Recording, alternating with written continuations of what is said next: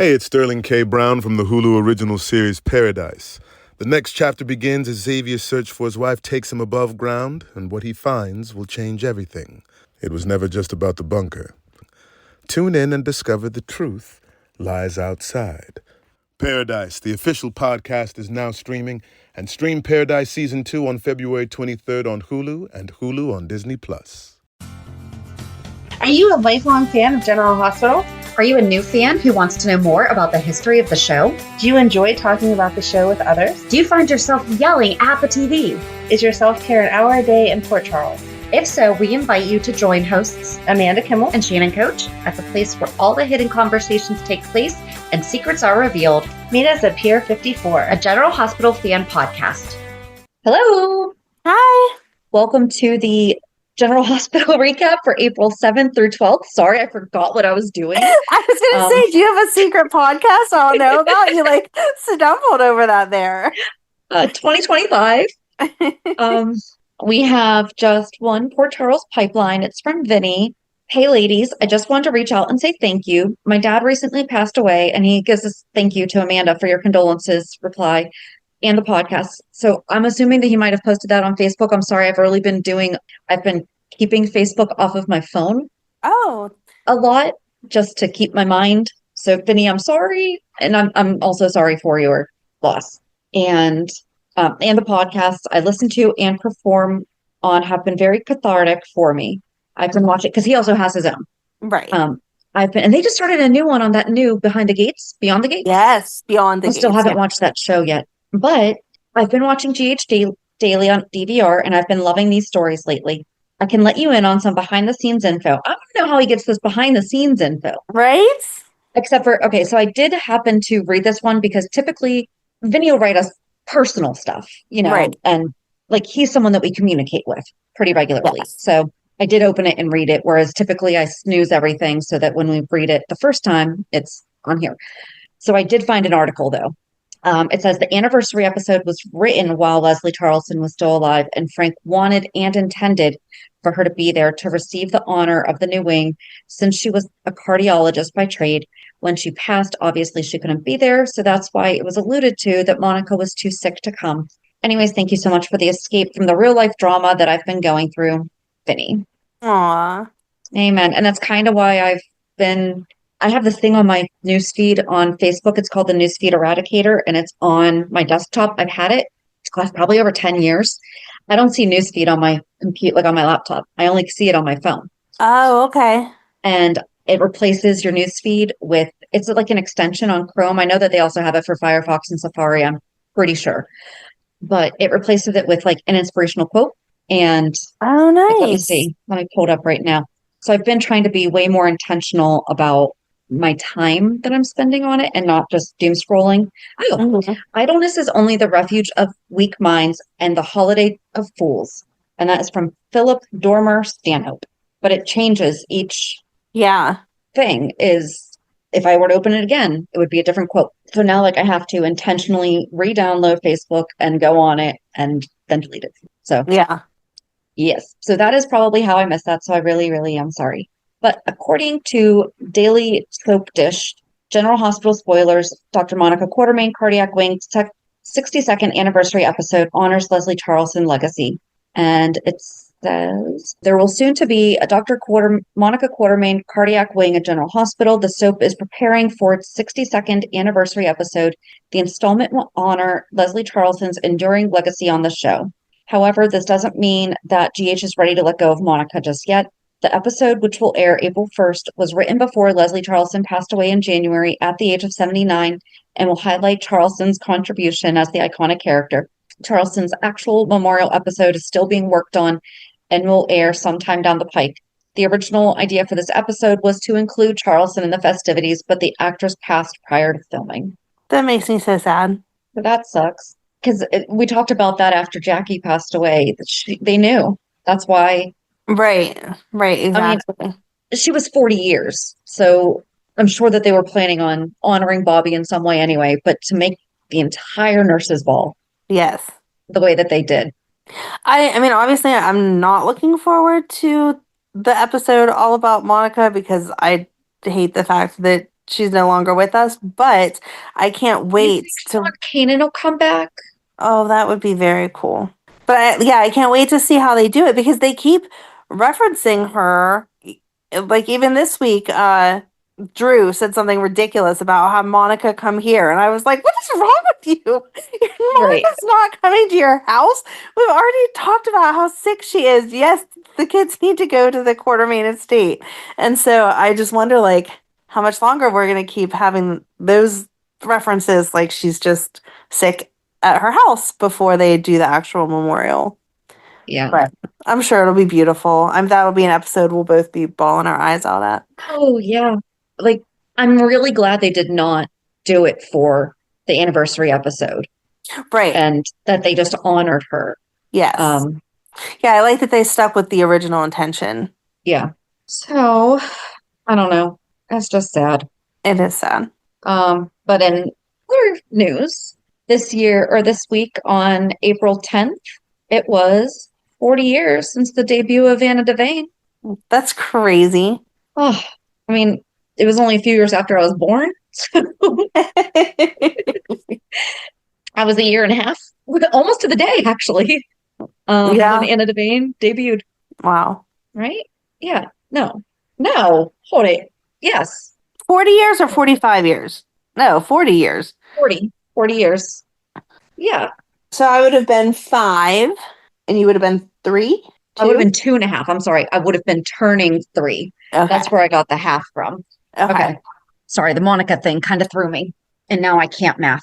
So I probably saw her first episode and obviously did not realize it was her first episode because I was 5, but my mom would have been watching back then all the time. So Aww, I probably did see it. And that red dress, right? Wasn't that it? Was that her first scene? I don't know. I think it was. Remember, we should re-release Anna Devane. I think it was. Because it was at, wasn't it at the bar? It was at the bar when she saw Robert, right? I think so. I think that's right. But yeah, 5-year-old me does not remember. How dare you? Sorry. I'm sorry. So that's it for the pipeline. This upcoming Thursday is part 20 of Lucky and Liz. This would be whenever he was first getting into the pills, right? 20. This is whenever he got shot. They made plans for the wedding, and then wasn't Liz kidnapped again? Because I think we joked about that. Oh, we didn't joke about the fact that she was kidnapped. It was like she's only been on for 10 years and she's been kidnapped 3 times. Mm-hmm. Oh, was this the one? I thought this was when Lucky originally got injured and was prescribed the pills legitimately, and what like started the addiction. It is. It's okay. He was kidnapped and taken to that island. Okay. And then when he got back, I think is when he was having all the trouble. I should listen to our own show. Listen. It's the fact that we've recorded so many in a row that we don't know which one. Well, and that's the thing. Problem. And then I edit them. So I know what I just edited, but it's not coming out for a few weeks. Next week. Right. Yeah. So, all right. We're just all going to learn together on Thursday, and I'll start getting better at having a heads up of what the heck we're talking about. It's a good mystery. It's a mystery for all of us. It's a surprise for us all. And then for Hulu headlines, on Monday, Lucky lashes out. He did not lash out. He said something that she needed to hear. Yes. Ava shares intel. Anna gets alarming news. Trina is tempted by Kai's offer. Lucy makes plans for the nurses' ball. On Tuesday, Ava sees dollar signs. Elizabeth is misled. Alexis opens up to Diane. Olivia tries to play peacemaker.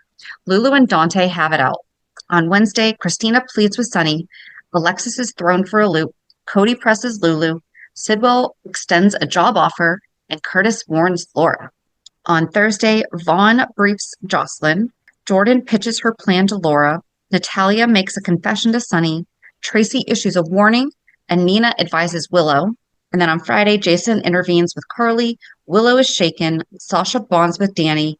Anna confronts Emma, and Kai's news stuns Trina. So where are we starting? I loved all that I cared about this week. I loved the storyline of Laura and Jordan figuring out how to let Jordan go do something else because she's trying to get the intel on Sidwell, and he made her an offer, but she obviously couldn't just quit working for Laura because that would look suspicious. And so then Laura comes over and is like, what's going on? And she's like, yeah, I need you to fire me. And Laura's like, what are you talking about? Everyone knows that we get along ridiculously well, and you're my right-hand woman. Why would I fire you? And then she explains that she wants to take this offer from Sidwell so she can get more information on him, but that she couldn't just be done. And so they decide to go ahead and take the vote on if they should take Sonny's land, or if Sonny's pier, or if they should try to figure out a different plan, and that will put them against each other. Curtis had mentioned it, suggested yes. to Laura, why don't you have everyone vote? And I don't know how I feel about that one, to be honest, but I don't like it just because I feel like it is going to show that Laura has feelings for Sonny as a friend of, okay, I don't want to take your peer away from you. And I don't think that she's wrong. Like, I don't think that she's ever let the fact that they were friends mess up what she's doing. Like, she's always said, if you have evidence to prosecute him, prosecute him. If you have evidence, it's the point that you haven't had evidence. So I'm not going to, keep pushing for a conviction of someone when there's no proof there. And that's just how he happens to be my friend, but it doesn't matter. Even if he wasn't, I wouldn't let you prosecute for no reason. So I think that it's going to be an unfair vote in that capacity, but I love that they're taking something that it was kind of like, Laura has to do this because Ezra keeps pushing his own agenda from him and Drew, and so she has to do this. And instead of them letting her be pushed into this for their narrative, that she gets to flip it and be like, okay, I'll do what you say, but there's a side story that you guys don't know about, and that is it's going to get Jordan what she wants. And she doesn't even have to directly acknowledge it has anything to do with Sonny. She doesn't have to be on record and that's what she and Sonny were having lunch at the Metro Court, right? Yes. And she's like, I have lunch with him in a public place so that people don't think. She's like, but I'm not going to stop, like you said, I'm not going to stop being, and he's told her too. She has told him, if I ever find info, I'm going to have to do something. And he's like, yep, you are. Right, exactly. And I don't understand how anyone's questioning their relationship, period. I mean, they've been friends forever, but regardless of that, they do share a grandson together. Like, yes, they're going to be at Rocco's different events. They're going to do those things. Yes, exactly. Debate. I loved that. Right. So I just don't understand why you would question that. That'd be like me questioning you why you're hanging out with your mother-in-law. Because I have to. It doesn't matter where we stand politically. This is what we have to do. So that's a bad example because I like hanging out with my mother-in-law. I know, but Laura likes hanging out with Sonny too. But it's just the fact that regardless of how you felt, you would still have to. So even if Laura thought Sonny was the scum of the earth, she would still have to be nice to him at these events. Well, it's kind of like us having to hang out with our exes. What are you talking about? I love my ex. Yep. I mean, that's probably the closest thing. Right, exactly. For us to be able to understand. And yeah. No, I did. I loved that. I felt so bad though for Isaiah because he's really just not getting it. No. And Jordan was very clear before anything happened. This will not leave this room, and I guess he made her like a 3-course lunch. Yes. And he's like, I would make you 3-course breakfast, lunch, and dinner, blah, blah, blah, blah, blah. And I don't think they're going to stay together. I feel like it's not going to be something he can overlook. And I understand because he was being held captive by him, but he has to understand what she's doing. She's doing this for, 1, her job, 2, for the protection and safety of the city. Mm-hmm. She's not just playing detective or something, she's trying to take him down. And I understand his concern that she is inexperienced with him, but didn't she share that she went undercover with Cyrus at some point, maybe not this week, has she ever shared that she worked undercover before? I thought she had mentioned that. Because I I feel don't know like that what would at least, specifics. Yeah, I feel like that would at least maybe ease because I mean, he knows that she can handle herself, like there's no question about that. right. But of course he's going to worry about her, especially where, similar to how Jason has said about Brennan, like he doesn't know the WSB, but Isaiah has to look at it as Sidwell is on Jordan's turf. Jordan knows her town. She knows how to work her resources here. Right. She's not going over to him. Yeah. So I don't know. Speaking of the WSB, how Oh, does the God. WSB get to help take custody of Willow's kids away? Like, what? I don't know. I'm so over Brennan and his, I have the power to do everything and anything. Well, and so does Drew. Okay, first of all, Brennan at least has been in the WSB for decades, so he definitely has a network that he is able to tap into. Drew has been in politics for 10 months. Dude, you don't know anyone. Right, exactly. And that's shown by the fact that Stella's friend can shut you down. Right? You don't have to earn favors. You have to work on your relationship with people before they trust you enough to do a favor. Right. And anyone worth their salt is going to ask, wait, what family are you trying to do this to? Mm-hmm. The Quartermaines? Oh, no.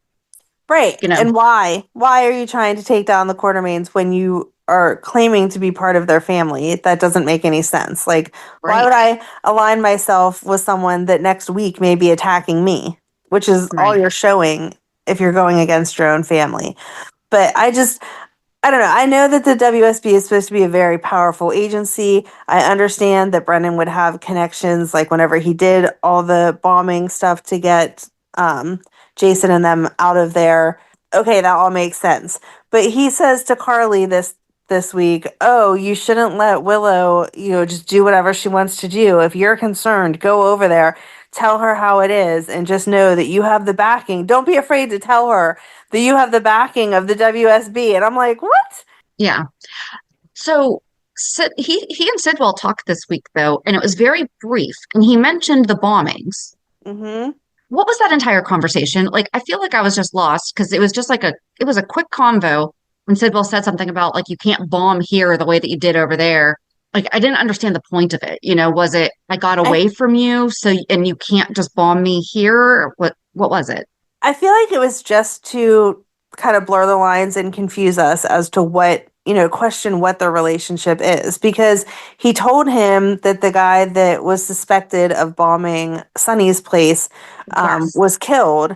And Sidwell's like, okay. And he's like, well, I'm just letting you know, watch yourself because I wouldn't want to have to step in. And Sidwell's like, you can't step in the way that you did in foreign countries. This is the United States. You can't just go bombing people. And so it's I don't know, you just wonder, did the WSB have run-ins with Sidwell before? They didn't let on to that, so... Remember I said a couple weeks ago, what if Sidwell is in with the WSB? Because he got out. Right. He shouldn't have gotten out of that. Right. I mean, that was a total devastation, that's what they were prepared for was bomb everything, Right, exactly. So no, I don't know. They were Sherman of their... I don't know what General Sherman said, kill them all. Oh, okay. That's JD's favorite. I was going to say, now we're going to now we're going to the Civil War. History lessons with JD. Okay. JD, come explain Sherman. But right. I mean, but they were definitely not. Explain Sherman. Kill them all. That's what he said. Yeah. What am I explaining? It was start and drive them all. Scorched earth, destroy everything in your path, don't have time for prisoners, kill them all where they stand. Okay. Pretty much what the WSB said to do with Sidwell's compound. Right. Sidwell made it out. Right, exactly. That was during war. He did that. Yes. And that was the 1800s. The best part of this whole conversation for me is that you still have your pretty background up. So it's just you with a bunch of purple flowers behind you with this voice coming from somewhere saying, kill them all. Just sharing random Civil War facts. Okay, anyway. So is Sidwell like Sherman or is Brennan like Sherman? I don't know. Right. Maybe that's what they're trying to help us conclude. I don't know. It was very weird. Yeah. And I thought because Sidwell was going to kill Lucky and Jason and Anna. Mm-hmm. But then Natalia's the one who messed up their family. So I'm like, and he's hurt. He is hurt. I like not knowing this stuff right now. Well, I want to know who Natalia's dad is, though, because she did say Blaze. this week that, or that's what I meant, sorry. Yep. Who Blaze's dad is, because Natalia said this week that he was Marco's dad, but did not say that that's Blaze's dad. So nope. And she had lunch with Marco. Mm-hmm. And he was not having it. No, but he called her out and said, you didn't accept Blaze.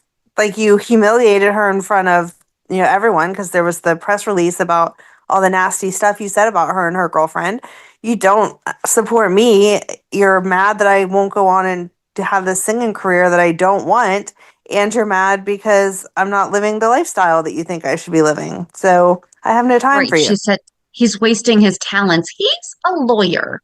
Right. Like he said, what mom is disappointed that your kid's a lawyer? Right. Yeah. I would not be disappointed if one of my kids became an attorney.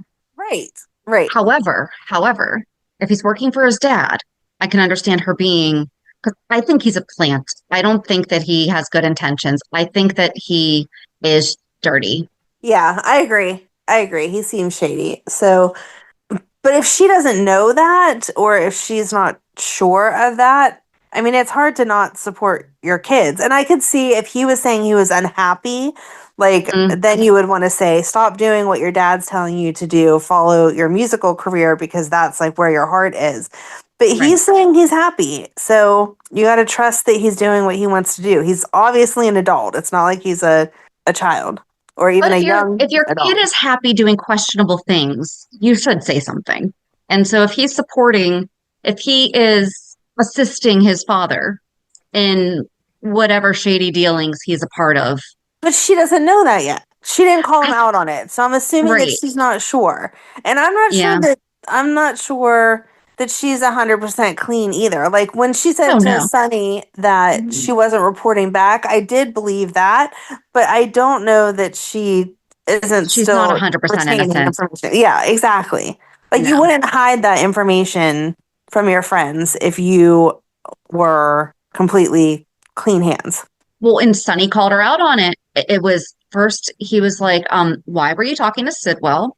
And she was like, it was about deception. But then she did come clean. And he's like, Rick did a background check on you. How did he not find that? He said, we cannot be associated together anymore because basically he can't trust her. And he's like, you could have told me this the day Sidwell came to town, the day that you knew Sidwell was here. Right. Especially after his penthouse blew up.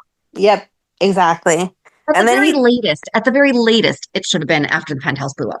Right. And then he clarified, he was like, I'm saying acquaintances, like we're business partners, but we're not business partners. We were friends and I can't be friends with you anymore. Yeah. Good for Sonny. Yeah. Good boundaries. She's just losing everyone left and right now, though. Yeah. And how does she know that Miguel would have taken Marco on tour anyway? She's like, you could have been touring with Blaze. Yeah, she does not know that. No. But I'm going to be interested to see how Lucy especially takes it whenever she finds out that that's who Sidwell is. Like now that Sonny knows, deception, the women of deception are also going to know. Yeah. And they're not going to trust her. But then also that makes Sonny look bad because he's the one who put her up to be the CFO. They're going to question the same thing that he did. And it's like, okay, well, are you a plant? Is this why you decided to come into deception? What have you been feeding him? Is that why he's willing to work with us? What's in it for you? Right. And I'm not 100% convinced that Marco didn't know who Lucas was. I think he did. I think that there's something to do with Carly because Carly's with Brennan and Lucas is Carly's brother. And that's why Marco targeted him. No, I really do. No, I don't want that to be true. I'm not saying that you're wrong. I just don't want it to be true. Brad's going to save him, though. Oh, Oh, that would be good. Okay. All right. I'll allow it. Yep, Brad's gonna save him. If Brad gets to be the hero, then I'll allow it because I really want them to work things out. I know that Brad has his flaws, but they're meant to be. Right. Oh, but Portia asked Brad for every single file, and don't forget the ones where he was Jake Doe. Yep, and they made the comparison of her being in a cult again this week. I didn't like that though because Willow did not choose to be in a cult. She was Right. born into one and raised in one. Yes. And she chose to leave. Right. You know, she changed her name. She got out of there. You know, she got herself educated to become a teacher, to have a completely different life. So, but Carly was not holding back at all. Well, that was Tracy came to the Metro Court and told, well, we're just going like all over the place with this. But so the movers showed up at the mansion to get Willow's stuff from the gatehouse, which I'm going to guess 75% of it she didn't pay for. And I mean, I'm sure she has her clothes with her and like the kids' toys and clothes and stuff, but like furniture, like what are they getting? What are the movers getting? Right, exactly. That stuff would be Michael's. I feel like most of that stuff was there before they even moved into it. And even saying it's community property, she doesn't get all of it then. She only gets part of it. Yeah. And we know that Wiley now has bunk beds. Right. So I'm confused by that though, because he bought a 5-bedroom house intentionally so that each kid could have their own room. Why are we doing bunk beds? I don't think that the bunk beds was for the kids to share a room. I think that's just the type of beds that he bought, like in case he wanted to have somebody sleep over or something. Okay. Because there was no argument over who would get the top bunk. Right. I feel like if they were sharing a room, there would have been a kid conversation about, I want the top. No, I want the top. I got the top bunk. Did you? Top bunk. Yep. Well, I was the oldest. So. See, when my kids had bunk beds, they had the one with the full size on the bottom. So the oldest got the bottom because they wanted the full size. Gotcha. Yeah, no, this was the 80s and 90s. We had the wooden ones. And I remember I finally got the bar off the side. And I fell out one time in the middle of the night. And I'm like half awake, half crying. And my mom's like, what'd you hit? And I was like, the floor. Because I begged for that bar to come off and now I rolled out of bed. But yeah, so then Tracy is late for her meeting at Deception with Sidwell to sign the contract because she goes to the Metro Court. Was she just guessing that, or was Deception there? Yeah, she was going to sign the contract, but when she walked in, I think she was sidetracked by Carly. I don't think she knew Carly was there. Yeah, and she went over and was like, hi, so your grandkids are moving in with Drew right now. And Carly was like, bye. And immediately went over, and she got there before Nina. She and Willow, though. Oh, they had words. And Carly brought up. Wasn't Nina still there? Well, I thought Nina came afterwards. No, Nina was there, but then she went went to see the kids' bedrooms or whatever so that Carly and them could talk without the kids that's right, being because around. she came out and she's like, yeah, but if you guys could keep it down a little bit. Yeah. But I can't decide how I feel about Carly saying child. Like she's not wrong. The mom part, like in everyday life, the mom part of me for that was like, absolutely not. Like she adopted him, so that is his mom and that's the end of it or whatever. But the TV part of me, like watching it as the show, that was a great burn. Like that was. But then also amazing. Mom part of you protecting your son. And she said he didn't have to let you adopt Wiley.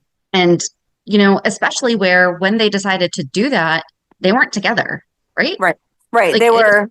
Yeah, I don't think they were married. Were they dating then, or they just got married, or they were gonna? Or was that part of the? Was that part of the Chase and Sasha lying about hooking up thing? Either way, I'm not sure when it became official, but it was. Yeah, Michael would have had custody without her, no matter what, because he was the only living parent. And she called her Nell. She's like, oh, you're just like Nell. Ooh. Yep. Yeah, she called her worse than Nell because she was like, Nell took one baby, you're trying to take two. But I don't know, like, legally, I don't think you can just revoke an adoption because you feel like it. Like she's like, No. Michael's going to come back and at least he'll be able to take the way that she was expressing it. It was like Michael will come back and just be like, nope, you're not his mom anymore, and take him back. You can't do that. I That's mean, not how that works. first of all, I don't think that Michael would do that even if he could, because that would not be in the best interest of Wiley, because that is his mom. But second of all, you know, you don't just get to say, oh, I changed my mind. I'm taking this back now. Right. He could contest, possibly, but also he would not do that to Wiley. No. Yeah, it was good. And then she said something about how gross it was that she was with Michael's uncle. And he's like, well, you have experience with multiple family members. And then when Nina came in the room, he has slept with every single person in that room. Right? Exactly. And I so badly wanted Nina to lose it at that minute and be like, I thought she was going to. Because he said, what did he say that crossed the Carly doesn't line? know about Nina and Drew, though, right?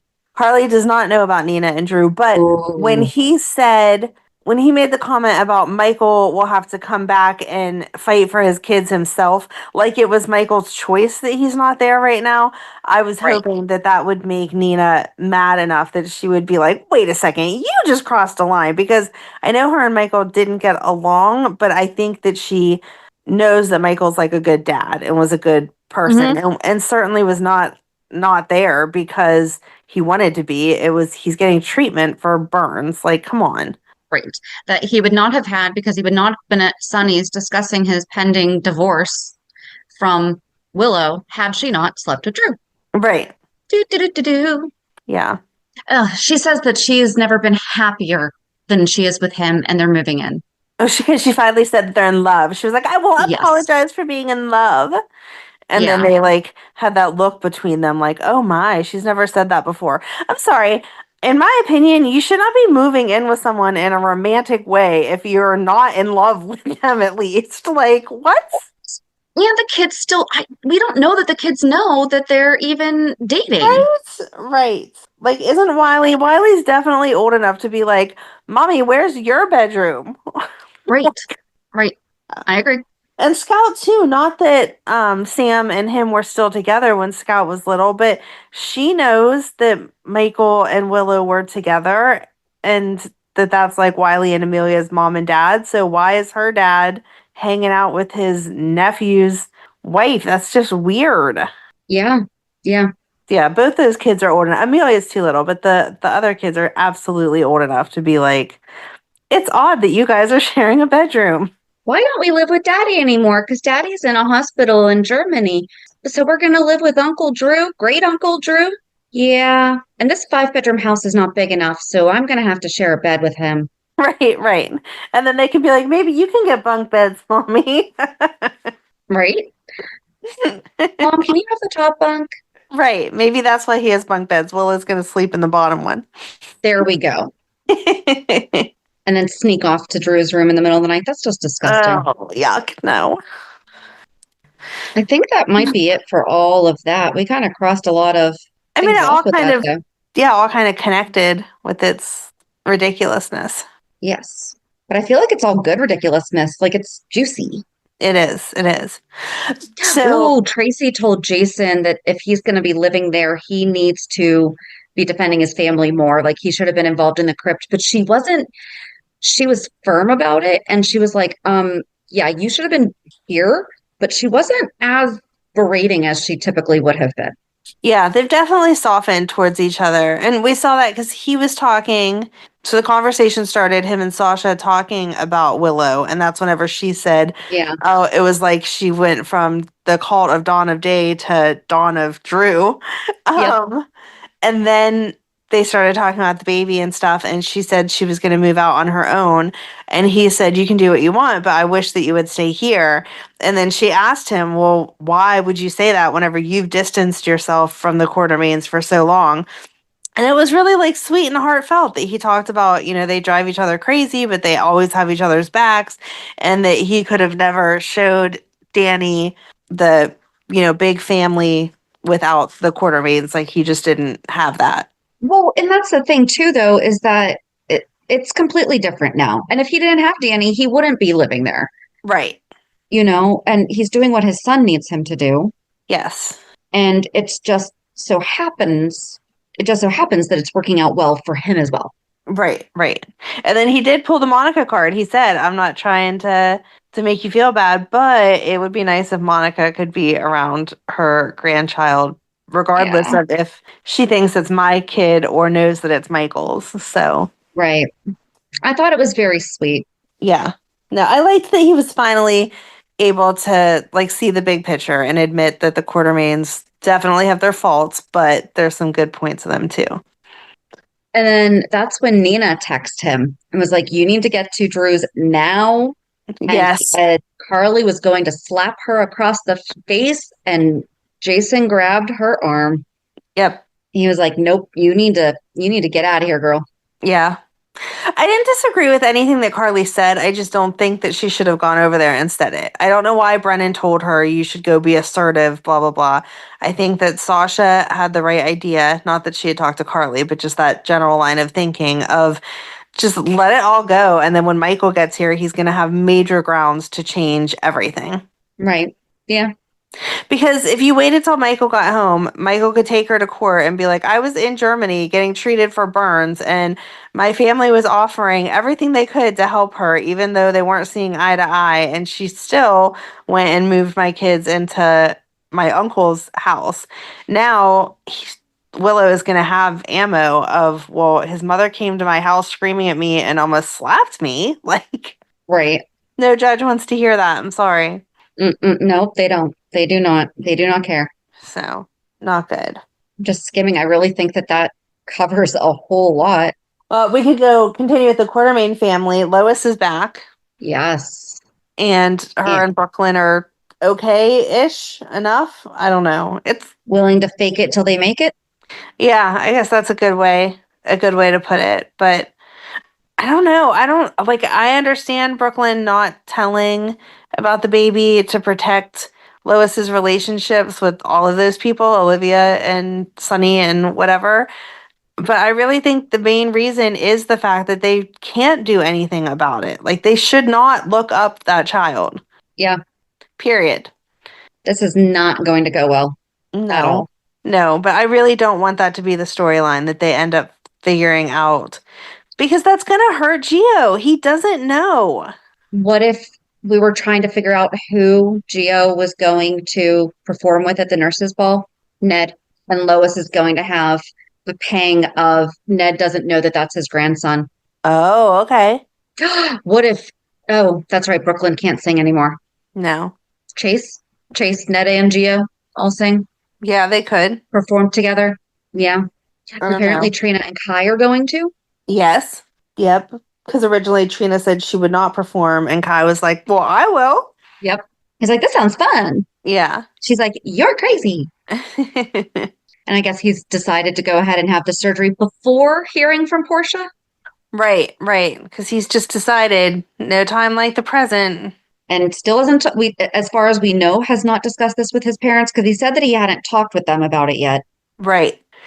And it's not like he said, so I was talking it over with my parents, and they agree it's worth the chance. And so we're not going to wait for Portia to come back. We're going to go ahead and schedule it. Because here's the thing, you can also schedule it and the day before decide that you're not going to have it.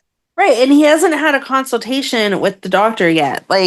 The doctor may have his medical records, which I'm not sure how, because he should have had to have signed a release. But if somehow he had already done that and said, yep, you can share records with anyone that may need to see them for whatever reason, that's still not the same as a consult. Schedule that consult. No. Take your parents, go over your chart, see what realistically can happen, not just what Drew's telling you. Right. Drew is not a doctor. No. He's not a Quartermaine, remember? Right. Exactly. He knows nothing. He doesn't. He does not know anything. Mm-mm. And Trina warned him, Curtis warned him again, and he's like, yeah, I know, but I'm going to go have the surgery. Okay. And I like that Curtis is talking to Portia about it. Oh, when he was saying about how he knows that he's happy that Kai talked to her because she's a neutral third party. Drew doesn't have anything on her. And she has no reason to, bend to his will. Right. You've heard about that? Yep.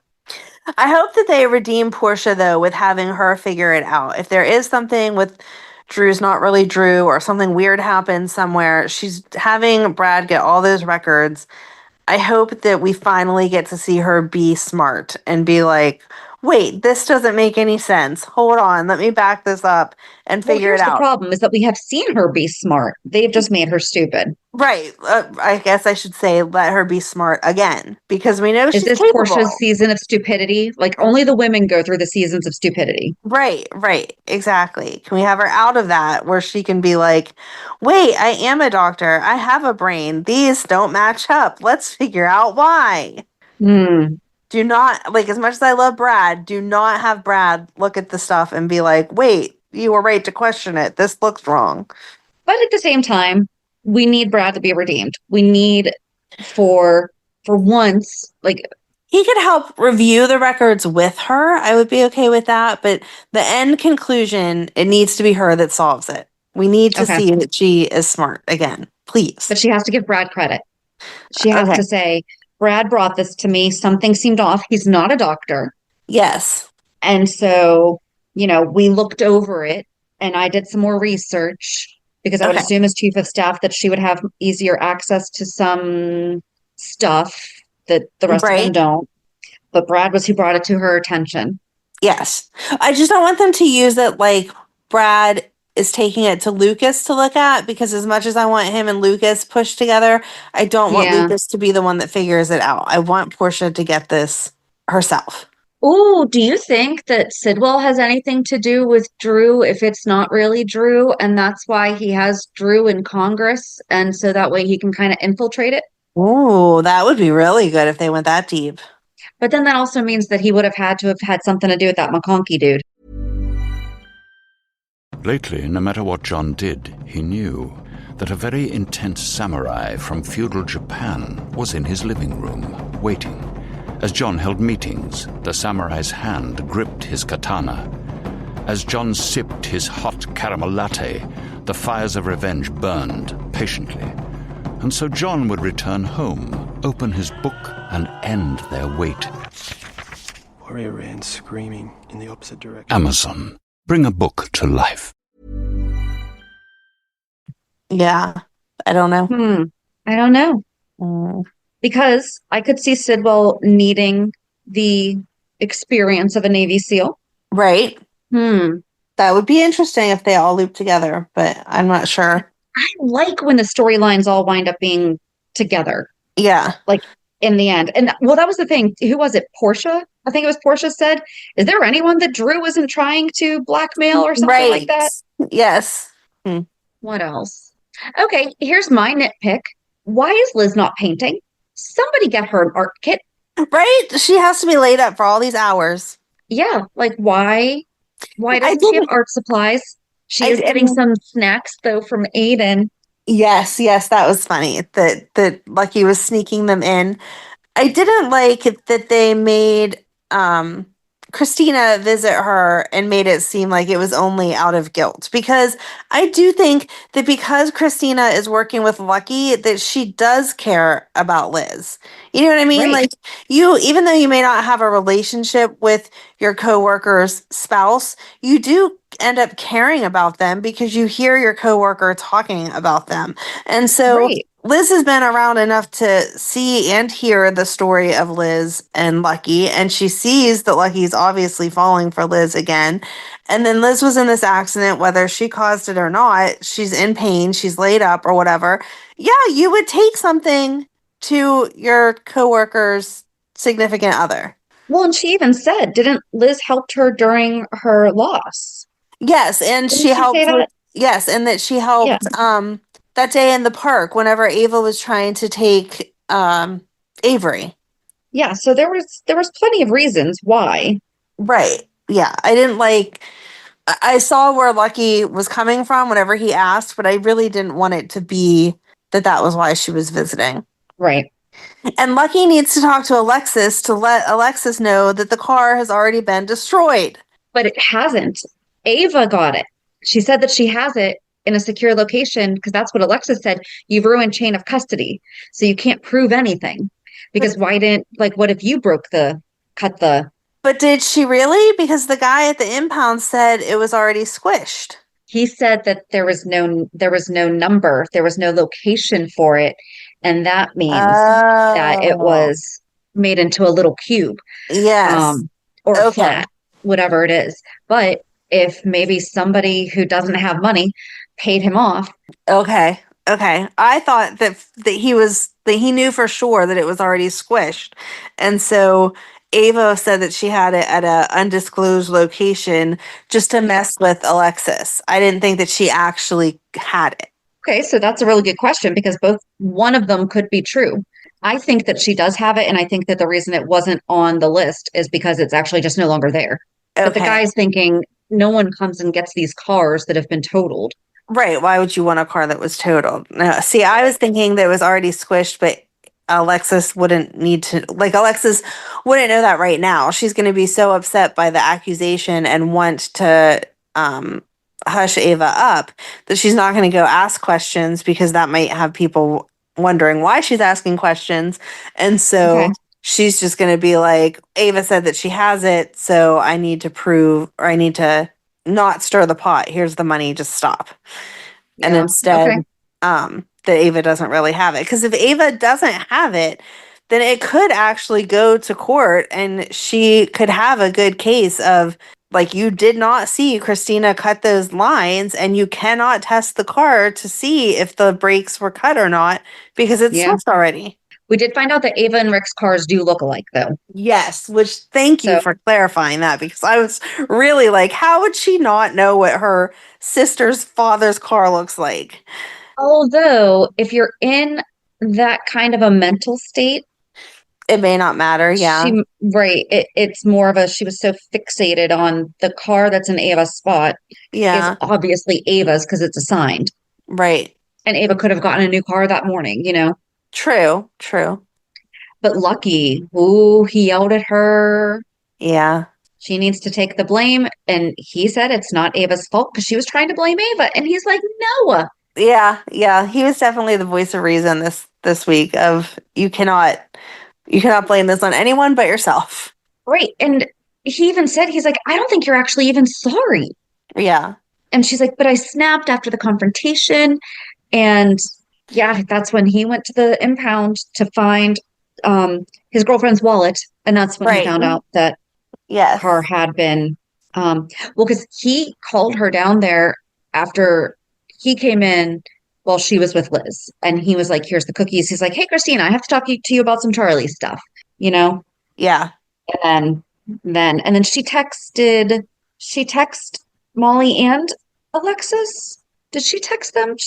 I don't know that she texted them. She was focused on going to have dinner with Sonny and Dante. So I don't know that she said anything to them. I don't remember that if so. I feel like there's a text that I remember seeing that, I don't know. Because so earlier in the week, Alexis had interviewed Marco and, she brought up what if there's an alleged person and Diana, Sonny's attorney, he is totally a plant. Oh, yeah. Man. Yep. Oh, yeah. He is dirty. Yeah. No, so Lucas definitely can't get involved with him. No, and he was so excited whenever he told Liz about that Yeah. he was there. And she's like, oh, I see that smile on your face. And he's like, could it be because you have that smile? And she's like, maybe. Yes. That was cute. Mm-hmm. Yeah, Marco's going to be dirty. Poor Lucas. I don't want him to get hurt again. Even though we said Brad would save him, I'd still... No. I don't like him What if being used. Selena goes to Brad and tells Brad, listen, this Sidwell dude, he is going in for Sonny. He is going in through Drew. Like he's going for them. He's trying to take down everybody in Port Charles.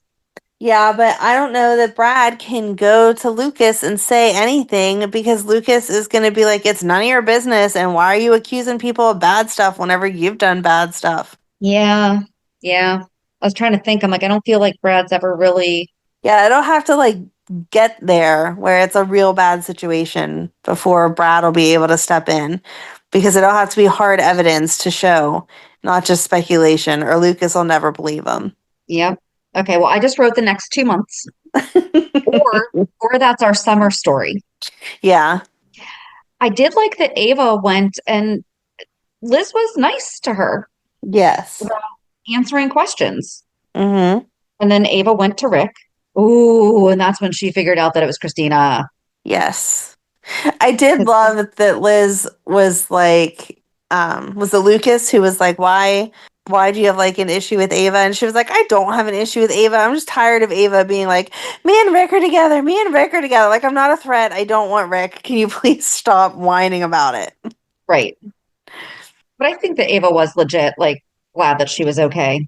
I think she was glad that she was okay. I don't think that she has anything against Elizabeth. I just think that, I mean, the jealousy is absolutely there. And so even though she was asking legitimate questions, she definitely wanted to throw in there, like, you know, because me and Rick are spending lots of time together. Yes. Right. Well, so him jealous. Okay, you have to like Rick this week. He don't didn't tell me want what to I go. have to do. I'm telling you. First of all, you have to like Nina because she got Jason to stop Carly from going all crazy.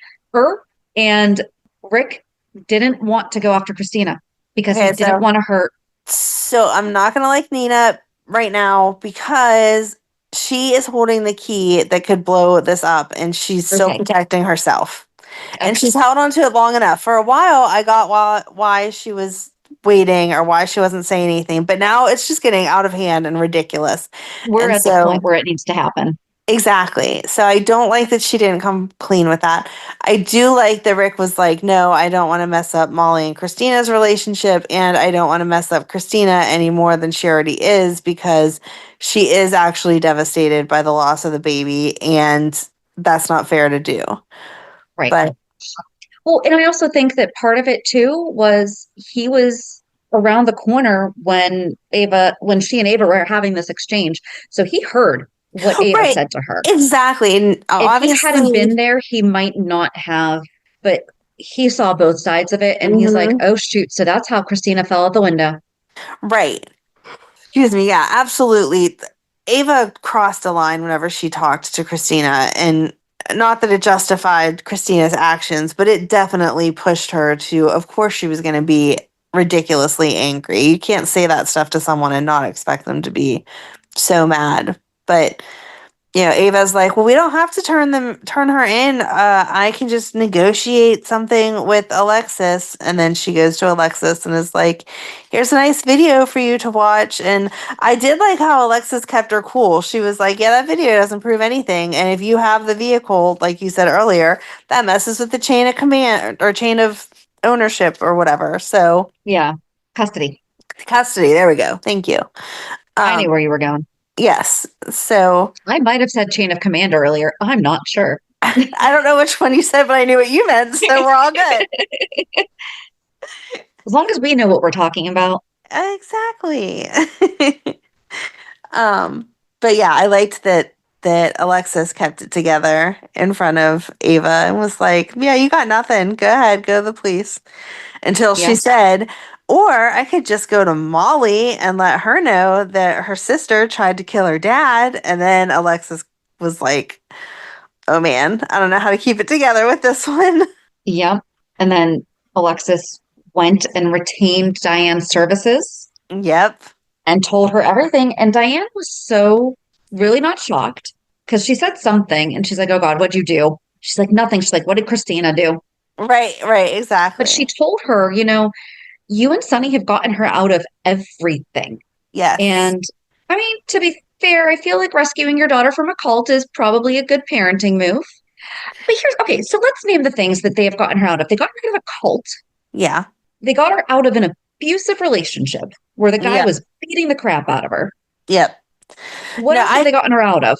The whole gun thing, the disposing of the gun, I did agree with Diane there. That don't cover that up, because it would have been so much less if she would have just come clean at that moment and said, oh, I had my dad's gun because of whatever reason, blah, blah, blah. Okay, that's what happened to it. And instead she let it go so far that Alexis was being brought up on charge and all this ridiculousness. So Right. But those are really the only, I mean, unless I'm forgetting something. Oh, the mall princess storyline, but we forget about that, Christina. We don't count that, Christina. we don't count that, Christina. And I think that a lot of the stuff that Christina got in trouble for, or like mixed up with, was whenever she was younger. And not saying they should have bailed her out of everything, because she needs to learn some responsibility, but you do when your kids are You younger, get your because you kid can out use of a that cult. excuse. Like, my kid was younger. Right. And you get your kid out of a cult no matter the age. Yes, absolutely. So yeah, I don't know. But Diane suggested she go to Ferncliff, that she Yeah. have her committed, and I liked it. I thought that that Mhm. was good. I mean, she's right. The only defense that can make any type of real impact on what she would be charged with is a plea of insanity. And she has been through a crap ton of stuff. So, yes, probably just regular therapy is not doing enough for her, even before this incident. But now that you Right. see that this incident can happen, yeah, someone It's in their definitely same not. right, someone in their right mind does not cut someone else's brakes. Like, I've been real mad at plenty of people that I have not gone and got the wire cutters. Okay, so even if they Right. were in front of me, I wouldn't have been like, "Oh, this is a sign. Let me cut someone's brakes." So Right. she's But been that's how pushed. people think of it. Like, that's why the show Snapped exists, is because Yeah. that's what happens, And she didn't go down to the garage with the intention of messing up Ava's car. It No. was she was talking to herself, though, and she had gone to Adela's grave and said that Ava has to pay. Yep. So was she already in that? I think she was in the mind frame of she wanted to hurt Ava, but I don't think that she had a plan. And then she got to that garage and saw the wire cutters, and it was just too much of a perfect opportunity. Yeah. Well, luck is when opportunity meets preparation. We're not going to say that she lucked into cutting Ava's brake line. Yeah. Well, she didn't really prepare. That's why she was not lucky in this whole thing. She had the thought process that would be the preparing, is where I was coming from, but no. She had not planned a way to take Ava out. She just said that she would stop her. Yeah. Oh, and the whole pill thing, I don't think Diane even knew that, to say that Ava had just withheld Sonny's pills. Like, there's definitely a plea for insanity there. Yeah. So I think that's going to be interesting to see. I So think I'm going it's to feel going to bad if be. Molly finds out. But that was the thing that Diane said. If she goes to Ferncliff, it'll be easier for Molly to be able to heal their relationship. Yes. I feel bad for Sonny, though, because we saw her and Sonny have they've always had a good relationship, but this week they had an extra good relationship because she got Sonny to open up to Dante and tell him about the issue with his heart and that he was going to need surgery and whatever. So I think this is going to break Sonny's heart, because I feel like she's going to be like crying at him, like, "Dad, please don't commit me. Like, you have to help me fight this, blah, blah, blah." And he's going to come to the realization that, like, he shouldn't help her even if he can. Like, she needs this, because cutting someone's brake lines is just crazy. I wonder if they'll diagnose her bipolar. I hope not. I mean, I know really that hope. Morgan was, but I know that Morgan was, and it can be hereditary, but I feel like she would have shown signs of it before now. And so I don't like that they're just going to slap that on every one of his kids whenever they have an issue. Like, if you went through all can of it the be things, trauma induced? I mean, she's been through some stuff. well, that's what I was going to say. If it's been through someone who's been through all the stuff that she's been through could just break and end up making these poor choices. It doesn't have to be a bipolar diagnosis, though. There's something that typically doesn't present until the late 20s, and we know she's a little bit older than that now. Yeah, I don't know. Isn't it schizophrenia? That's what I was thinking. But it wasn't like a Kate and Connie thing where I know she was talking to herself, but she wasn't using different. Schizophrenia in females typically develop symptoms in the late 20s, early 30s. Okay. Look at us knowing our conditions. It's Google. It's Google. No, but we just said, isn't it schizophrenia? I'm not sure. Blah, blah, blah. That's what's coming to my mind. So. What else was I just gonna and trauma could increase the risk of psychosis symptoms. Okay. So, I mean, she's been through some stuff. Oh, absolutely. I don't know. I kind of just feel like I would prefer that she doesn't have an official diagnosis other than she hit her breaking point. She's had enough bad stuff happen to her that no matter how healthy you are mentally, you hit a point where it's just too much. Yep. That is true. So, Okay. I don't know, just because I feel like the bipolar thing is overdone and we don't have to diagnose everyone bipolar that knows Sonny. Well, but out of all of his bajillion kids, it's only Morgan. Yeah. Mm. I mean, shoot. Michael's not his. Michael's not biological, I know. And Donna's I caught little. myself as soon as I said it. And Donna is little still. And Joss isn't his. So it would be Dante. Biologically. Right. So it would be Dante. Yeah. That would be the one. Okay, so sorry. You're good. No. Oh, actually, hold it. Dante would actually make the most sense just because he's a Falconarian related to Kate. Right? Oh, but he already did that. He already came back brainwashed. Yep. He already had a break. Yep. And Lulu talked about that this week. That brings us kind of full circle because she was talking to Cody and then Dante came in and was like, why do you keep harping on stuff that happened a million years ago? What does it matter? And she was like, I just don't like thinking that you could have lied to me about something that was so important. And it doesn't matter now, but it matters in the whole like scenario of us in my head or whatever. And then he left and Cody was like, well, I'm still mad at you for tricking me into telling you the truth about Brooklyn and the baby and everything. And what is your deal anyway? And she was like, well, I came to talk to you because I don't know who to talk to and if I should tell him or not. But like my issue is that I'm still in love with Dante. And then they went from there. It has not even been 6 months since his fiance died. And that's what she was asking, though. She did at least ask. And Cody's like, yeah, don't tell him that. but that's the thing. Like, I feel like that's not even question. I mean, I agree, but this is Lulu that we're talking about. Yeah. But, okay. Dante did not help us at all this week because I wrote down exactly what he said. They were teenagers for one summer. They were training to be counselors and hooked up. Yep. He didn't say just once, and he didn't say for the summer because it was over before it even began, and they didn't stay together until after camp was over. And I can't remember who wrote in and said that his Gio's birthday is probably May, which we talked about is probably August, and that's probably the beginning of August is when camps are over because everyone has to go back for school and all that stuff. So was it a one night? Nope. Thing? They're not giving us the answers to which one of us was right. They're purposely avoiding it. They're listening to us and they're like, we're gonna drive them both crazy and not let either one of them be right. Yeah. I mean, okay. I feel like the phrase hooked up means once. No, I totally disagree. You can hook up with the same person repeatedly, and if you haven't had the boyfriend-girlfriend conversation, it's still just hooking up. Hooking up. Hooking is repetitive. Hooked is once. Mm-hmm. Maybe. And he didn't say we spent the summer hooking up. They flirted. He said they flirted. And they were counselors in training together, but they hooked up. Hooked up for the summer? No, he didn't say it was. They were training to be counselors and hooked up. All right. Then maybe it was only once. I don't know. Please email your opinion. Is it hooking or hooked? I feel like hooking is repetitive.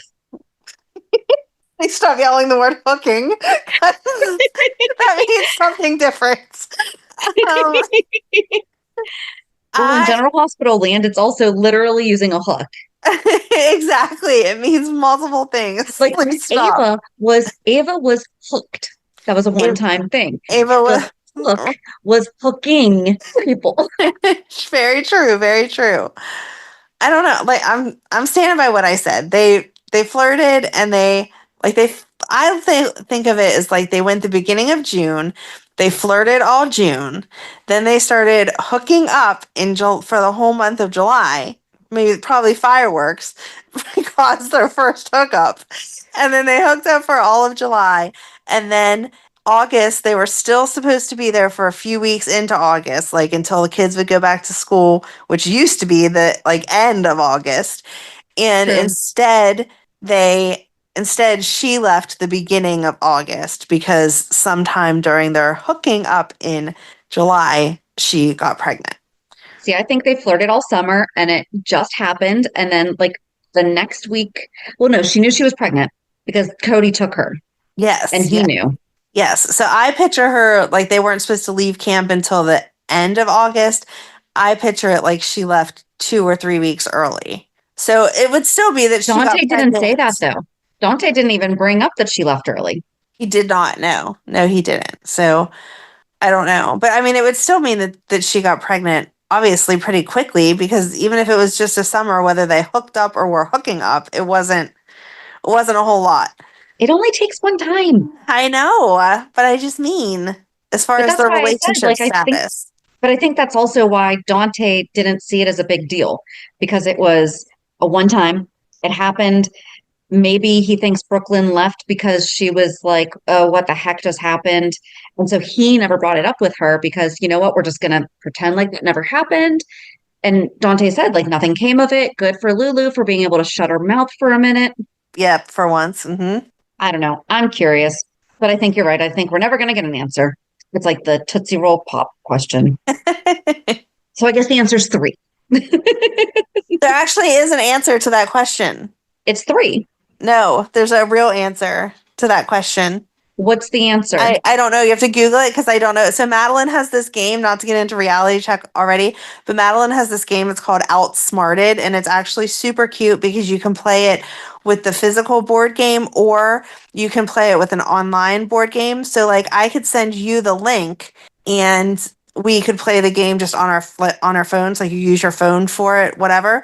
So okay. It was I don't know if it was under pop culture or what it was under, but anyway, you pick different categories. Some come with it and some you can like buy. So one of the go ahead.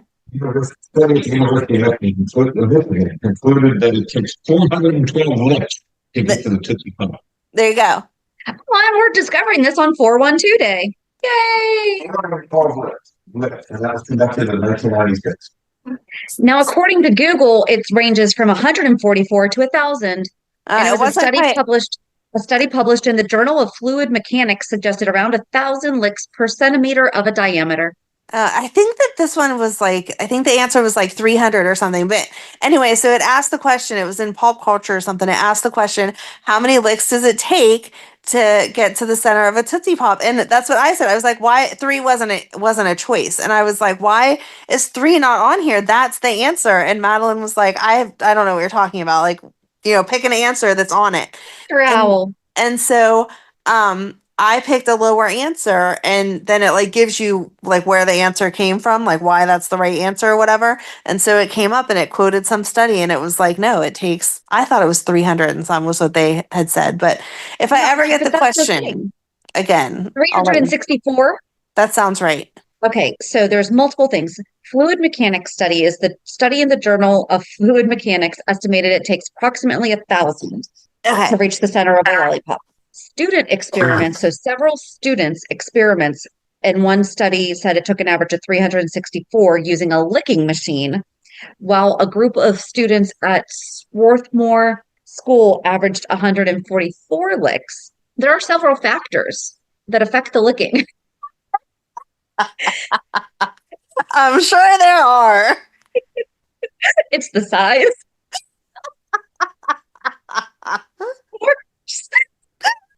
Our tongue. Oh my god. Okay, I was not trying to turn this into an inappropriate conversation. I was just letting you know that 3 is not the correct answer. Oh, wow. This is not where I expected it to go. Oh my goodness gracious. So anyway, it sounds like a fun game. It is. Yes, it is a very cute game. It's, yep. She likes it because there's again, you can buy multiple categories. So one of the categories that we have is all about F1 because she's like obsessed with F1 racing right now. And so it is very cute. Okay. Mm-hmm. All right. But yeah. Oh, okay. Don't even know where to go from there. Okay, we could do the Joss. Oh, go ahead. That Came was home so and was asking. blah. She came home and was asking Carly if she's hooking up with Brennan, and Carly's like, "I'm not going to answer that." Jason's like, "I'm leaving," and she's like, "No, you're not, because she will not lie to me with you here." I did like that she said she won't lie to me with you here, but I also felt like, number one, Joss is old enough that she knows. And number two, that's really not a conversation that any kid should be asking their parent. Like, no. So that was whatever. And then I don't know what they're trying to do with Joss and Emma. So we see Joss comes back. She has the whole scene with Carly where she yells at Brennan and whatever. And then she sees Gio and Emma at the restaurant and is like, Emma, I need to thank you. And Emma's like, oh my gosh, I never thought this day would happen. What are you thanking me for? They talk about all the Crip stuff, blah, blah, blah. And then we see Emma talking to Gio and also had talked to Anna about how her records were sealed so no one can know what she did at her previous school. And she's really excited about taking this one class. And then you flip over to Joss has then got up because she said she forgot she had to do something. And she meets up with her handler from the WSB, and he tells her that she has to take the same class that Emma is in. So we're just going to continue this like rivalry between Emma and Joss, because you know that Emma's going to want to be the research assistant, and instead Joss is going to vie for it because I think that you're right from a couple weeks ago, and they're going to pair up in the WSB. I think that so Emma got arrested because she broke into what was it? Breaking and entering, trespassing, and assault. yes. And it was because they broke into the lab Mhm. because of the animals, and the class that she's really excited to take has to do with this Professor Dalton, and the WSB for some reason wants Joss to infiltrate Professor Dalton's. So I feel like Emma's coming after Professor Dalton. Joss doesn't know she's coming after Professor Dalton. Emma's going to give Joss info. Like I feel like they're gonna wind up putting their heads together, and it's going to wind up being that they wind up teaming up, because Emma, when she was talking to Anna, talked a lot about how much they're alike and about how, they do all these things similarly. And I think that that was maybe a little door opening up that Emma wants to pursue that type of life. And Joss has kind of just been brought into it. But I also think then Emma is going to wind up helping Joss because we think that Joss is being used. Yes. Okay. So that was my whole thought process, was it has All something right. to do with this professor, and Emma's intentions are not I feel like her intentions are to learn the material because that's the area she's interested in, but I think that it's targeting this professor specifically. Okay. I would be okay with that. I want to see them doing something together, not just being young girls who hate each other because they used to like the same boy. And then she did explain that Emma held on to the grudge because Joss hurt Cameron, but then even pointed out Joss and Cameron have let that go, so maybe I need to let it go also. So I'm like, now they're finally getting along. If we're going to put them in this class together just to have them fight over who's going to be the research assistant, I'm going to be annoyed.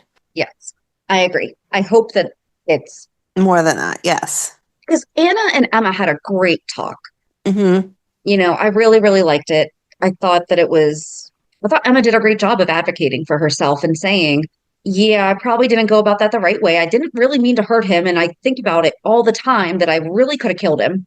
Right. Well, she said that when he swung her around, she was holding the crowbar that she used to open the lab up, and that ended up hitting him. Right. Which I feel like he wasn't a very good security guard if he picked her up while she still had the crowbar.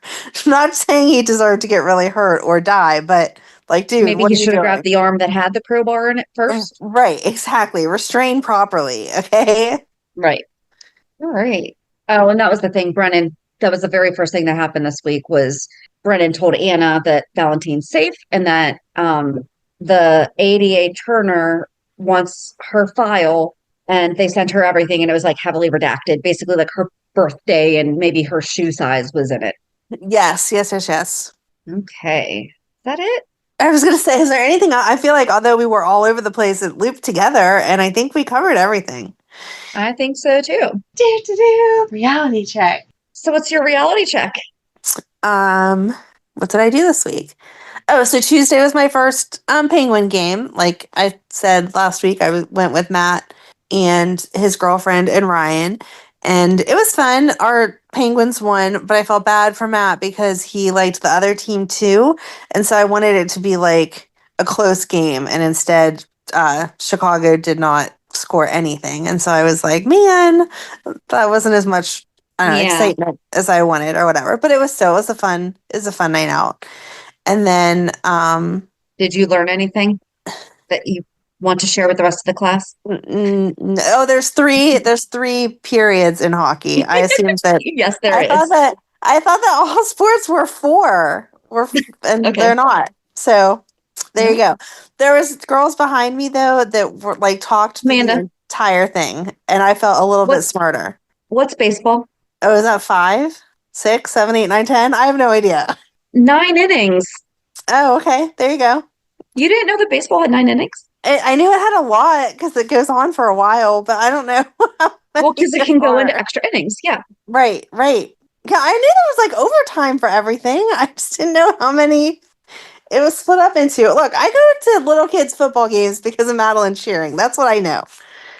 And I don't really know that either because I'm not there for that sport. I'm there for cheering.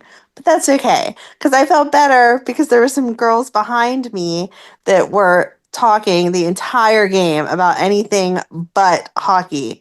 And they were asking questions that were like ridiculous, like even worse than not knowing how many periods there were in it. And so I was like, well, at least I'm not asking those questions. Like, I understand what the goalie is and like what they're trying to accomplish here. So I felt a little bit better. But I was there for the experience of the night out with Matt and them, and that was fun.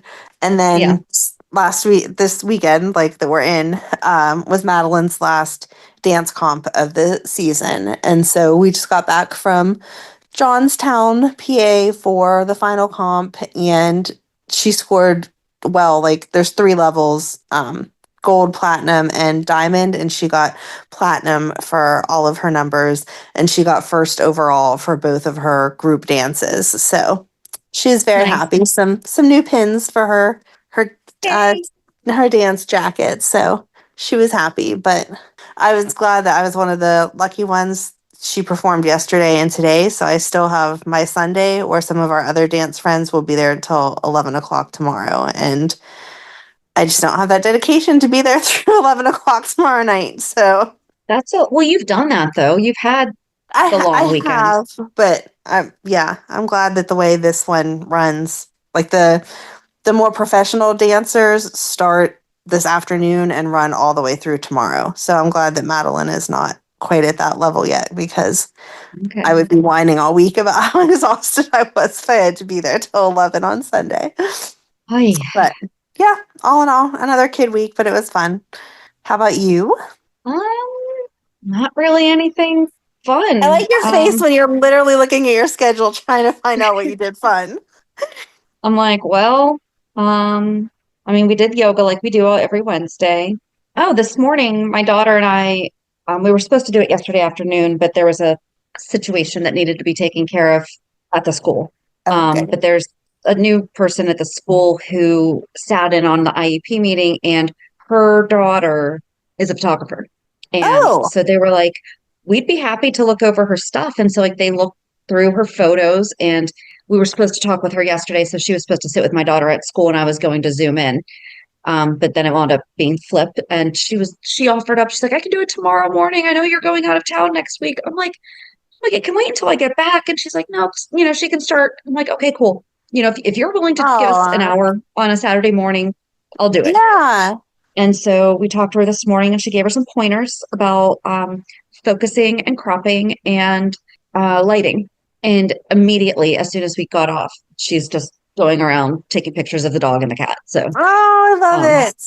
Yeah. So it's that's good. Yeah. I mean, just mostly still, I did classes for learning how to even navigate her services. I've done 8 hours in the past week. Oh, geez. So, and that's only for one specific type. Right. Not even all of them. So, yay. Right. Yeah, nothing really, just typical work and kid stuff. All right. Yeah, I'm excited. Yeah, that's really it. I guess we both had really exciting. I'll have a better 411 next, or a better reality check next week. So, getting ready to go to Austin on Monday. So That's going to be fun. I'm excited. Yeah. Did I send you where we're staying? No. Oh, You're going to make me it's super good. jelly. It's kind of insane. Can I hide away in your suitcase? No, because I'm only doing carry-on. No. But yeah. So I guess join us on Thursday as we keep talking about Lucky and Liz. Have a good week. And we'll meet you at the pier. Bye. Bye. If you enjoyed today's show, we invite you to go to peer54podcast.com to subscribe on your favorite platform. Don't forget to leave us a review. And you can also follow us on many social media channels. Just search for Peer54 Podcast. Also, we are not perfect, so if there is something that we missed or messed up, just let us know by emailing us at peer54podcast@gmail.com.